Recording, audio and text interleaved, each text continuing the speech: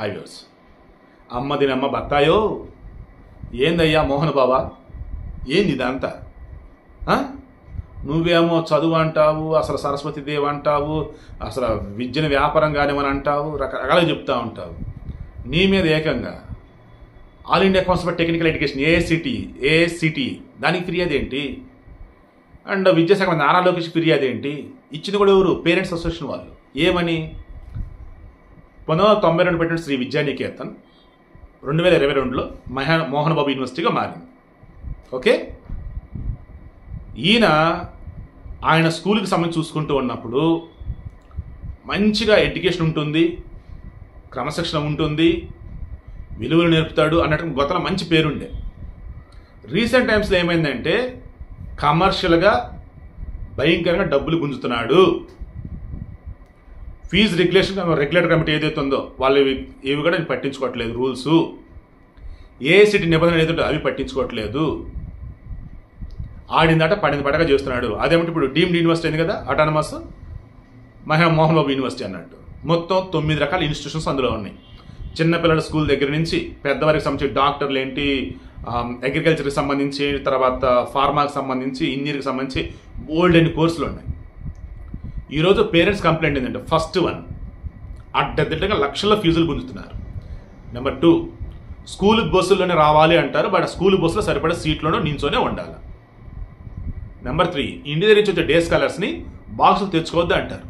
స్కూల్లోనే మధ్యాహ్నం భోజనం చేయాలంటారు, ఫ్రీగా బెటర్, దానికి డబ్బులు కట్టాలి.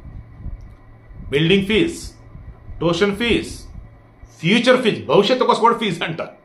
ఇవన్నీ ఎక్స్ట్రా కట్టుకునే ఫీజులు. యూనిఫామ్ కాలేజీలో తీసుకోవాలి, యూనిఫామ్ ఖచ్చితంగా మ్యాండేటరీ.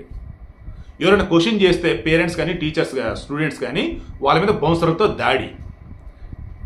ప్రొఫెసర్స్కి అక్కడ ఉన్న టీచర్స్కి ఇన్ టైంలో శాలరీస్ ఇవ్వకపోతే వాళ్ళు కోర్టులు కూడా అప్లై చేయన్నారు. ఇప్పుడు అకాడమిక్ స్టార్ట్ అయ్యి ఎంత అండి, 2 months. ఇప్పుడు 15 మంది రాజీనామా చేసి మధ్యలో వెళ్ళిపోయారట. ఏంది అసలు అక్కడ? అంటే సరైన ఎడ్యుకేషన్ అందటం వల్ల వాళ్ళు కట్టే ఫీజులు వచ్చేసి బయట ఎక్కడ అన్ని ఫీజుల్లో అంత ఎక్కువ ఫీజులు ఎక్కడ తీసుకుంటూ ఉన్నారు. అండ్ ఫ్రీడమ్ లేదు, రైట్ టు ఎడ్యుకేషన్ కింద అందాల్సిన ఏవైతే అవన్నీ అందటం లేదు. అడుగడుగునా కూడా భయంకరమైన వ్యాపారం అన్నట్టు మోహన్ బాబు అక్కడ ఉన్నాడు. వాళ్ళ వ్యవస్థ అలాగే ఉంది అన్నట్టుగా ఈరోజు వీళ్ళు చెప్తా ఉన్నారు. What next? Mohan Babu press meet పెట్టి చెప్తాడా? లేదు స్టేట్ గవర్నమెంట్కి చెప్తాడా, హైయర్ ఎడ్యుకేషన్ కౌన్సిల్కి? లేదు నారా లోకేష్ చెప్తాడా? లేదా ఏఐసిటి నుంచి నోటీసులు వస్తే వాళ్ళకేమో చెప్తాడా? చూద్దాం ఏమని చెప్తాడు. ఎంతమందికి ఉచితంగా ఎడ్యుకేషన్ ఇస్తుందో చెప్తాడా?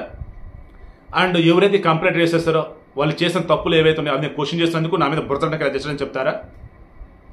లేదు మా దానిలో ఫీజులు తక్కువే తీసుకుంటున్నాం మిగతా కన్నా అని చెప్పేసి ప్రూఫ్లు చూపెడతాడా? మా దానిలో పనిచేస్తున్న ప్రొఫెసర్లకి లెక్చరర్కి అందరికీ ఇంటర్వ్యూ శాలరీస్ ఇస్తామని చెప్పి చూపిస్తారా? మేము ఎక్కడ ఎక్స్ట్రా ఫీజు వసూలు చేయట్లేదని చెప్పేసి చూపిస్తారా? మీరేమంటారు కింద కామెంట్లో తెలియచేయండి. బట్ నేనైతే చెప్తున్నా, రీసెంట్ టైమ్స్ అబ్జర్వ్ చేశాను కదా, మోహన్ బాబు భయంకరమైన కమర్షియల్ పర్సన్ నాకైతే అర్థమైంది. వాళ్ళు పేరుకే బయట వచ్చేసి ఆ హడావుడి ఈ హడావుడి, ఇంటర్నల్గా వచ్చేసి పక్కా కమర్షియల్ నాకైతే అనిపిస్తూ ఉంది. నిజం ఎంత అబద్ధం ఎంత అన్నది అక్కడ చదువుకునే వాళ్ళకి తెలియాలి, అక్కడ పనిచేసే వాళ్ళకి తెలియాలి, ఈరోజు కంప్లైంట్ ఇచ్చిన వాళ్ళకి తెలియాలి. అందరికి మించి మోహన్ బాబు మనస్సాక్షి తెలియాలి, మంచు లక్ష్మికి తెలియాలి, మంచు మనసు తెలియాలి, మంచు విష్ణుకి తెలియాలి. మీకేమైనా తెలుసుంటే కింద కామెంట్లో తెలియచేయండి.